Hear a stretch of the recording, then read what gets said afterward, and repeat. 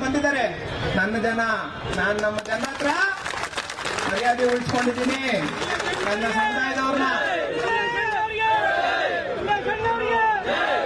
ನನ್ನ ಸಮುದಾಯದವ್ರನ್ನ ಅವನು ಯಾವನ್ ಮುಟ್ಟಿದ್ರು ಸುಮ್ಮನೆ ಬಿಡೋ ಅಂತ ವ್ಯಕ್ತಿ ಅಲ್ಲ. ನಾನು ಬದುಕಿರೋ ಅಷ್ಟು ಹೊತ್ತು ನನ್ನ ಖಂಡದಲ್ಲಿ ಪ್ರಾಣ ಇರೋ ಅಷ್ಟು ದಿನಾನು ನಿಮ್ಮ ವಿರುದ್ಧ ಹೋರಾಟ ಮಾಡ್ತೀವಿ. ನೀನು ಎಂತ ದೊಡ್ಡ ಕೋಟ್ಯಾಧಿಪತಿ ಆದ್ರೂ ಅಷ್ಟೇ, ಸುಮ್ಮನೆ ಬಿಡಲ್ಲ.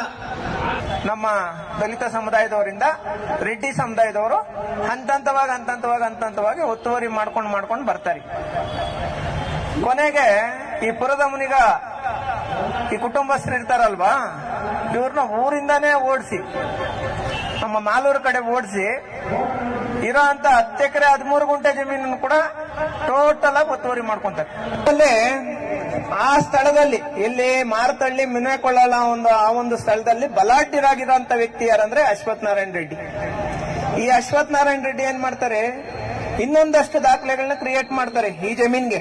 ಯಾವುದೋ ಮಾರತಳ್ಳಿ ಮುನೇಕೊಳ್ಳ ಸರ್ವೆ ನಂಬರ್ 116.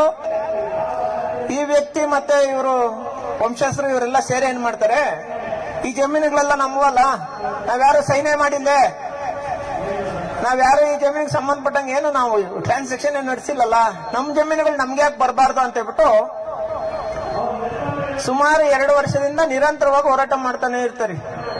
ಯಾವುದೇ ಕಾರಣಕ್ಕೂ ನಮ್ಮ ಪರಿಶಿಷ್ಟ ಜಾತಿ ಪರಿಶಿಷ್ಟ ಪಂಗಡಗಳ ಆಯೋಗ SC ST ಸೆಲ್ಲಿಂದ ಬಿಟ್ರೆ ಬೇರೆ ಎಲ್ಲಿನೂ ಇವ್ರಿಗೆ ನ್ಯಾಯ ಸಿಗಲ್ಲ. ಆ ರಿಪೋರ್ಟ್ ಕೊಡ್ತಾರೆ. ಇದನ್ನ ಯಾವಾಗ ಕೊಡ್ತಾರಂದ್ರೆ ಡಿಸೆಂಬರ್ ತಿಂಗಳಲ್ಲೇ ಕೊಟ್ಬಿಡ್ತಾರೆ ಪಾಪ DC ಅವರು, ತಹಸೀಲ್ದಾರ್ ಅವರಿಗೆ. ಡಿಸೆಂಬರ್ ಇಂದ ನಾವು ತಹಸೀಲ್ದಾರ್ ಅವ್ರ ಹತ್ರ ಹೋಗಿ ಮಾತಾಡಿದ್ದಾಯ್ತು. ನಾನು ಯಾವತ್ತೂ RIVA ಹತ್ರ ಹೋಗೋದೇ ಇಲ್ಲ.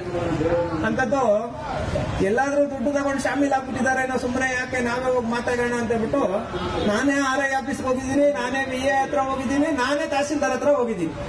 ಸರ್, ಒಂದು ರಿಪೋರ್ಟ್ ಕೊಡುವಂತದ್ದು, ಒಂದು ಸರ್ವೆಗೆ ಬರೆಯುವಂತದ್ದು ಕೇವಲ 2 ದಿನದ ಕೆಲಸ. ಸರ್ವೆ ನಡೆಸಿ ದಿನಾನೇ ರಿಪೋರ್ಟ್ ಬರ್ತೈತೆ ನಮ್ಗೆ. ಸರ್ವೆಗೆ ಆದೇಶ ಮಾಡಿ ಸರ್ ಅಂತ ಹೇಳ್ಬಿಟ್ಟು ನಾವ್ ಹೇಳಿದ್ವಿ. 4 ತಿಂಗಳಿಂದ ಇಲ್ಲಿ ತನಕ KR ಪುರಂ ತಹಸೀಲ್ದಾರ್ ಅವರು ಒಂದೇ ಒಂದು ಸರ್ವೆಗೆ ಆದೇಶ ಮಾಡಿಲ್ಲ. ಅಲ್ಲ, ನಮ್ಗೆ ತಿಳ್ಕೊಬೇಕಾಗಿರುವಂತದ್ದು ಏನಂದ್ರೆ, ಇವ್ರಿಗೆ ಅಶ್ವಥ್ ನಾರಾಯಣ ರೆಡ್ಡಿ ಕಡೆಯವರು ದುಡ್ಡು ಕೊಟ್ರ ಅಥವಾ ಉಳಿದಿರೋ ಇನ್ನೊಂದು 2-3 ಓನರ್ಗಳಿದಾರಲ್ಲ, ಇವ್ರೇನೋ ದುಡ್ಡು ಕೊಟ್ಟು ಈ ಸರ್ವೆ ಕೆಲಸಗಳು ರಿಪೋರ್ಟಿಂಗ್ ಮಾಡೋದು ಇದೆಲ್ಲ ನಿಲ್ಸಿದ್ರ ಏನು ಅನ್ನೋದು ಅರ್ಥ ಆಗ್ತಾ ಇಲ್ಲ. ಅದೇ ಗ್ರಾಮದಲ್ಲಿ ನಾನು ಯಾವತ್ತೂ ಮೇಲ್ವರ್ಗದ ಶ್ರೀಮಂತರ ಮೇಲೆ ಪ್ರತಿಭಟನೆ ಮಾಡ್ತಾ ಇರ್ತೀನಿ. ಏನಕ್ಕೆ ಮಾಡ್ತಾ ಇರ್ತೀನಿ ಗೊತ್ತಾ? ಅವ್ರ ಕಡೆಯಿಂದಾನೇ ನಮ್ಮವ್ರ ಮೇಲೆ ದಬ್ಬಾಳಿಕೆಗಳು ನಡೆಯೋದು.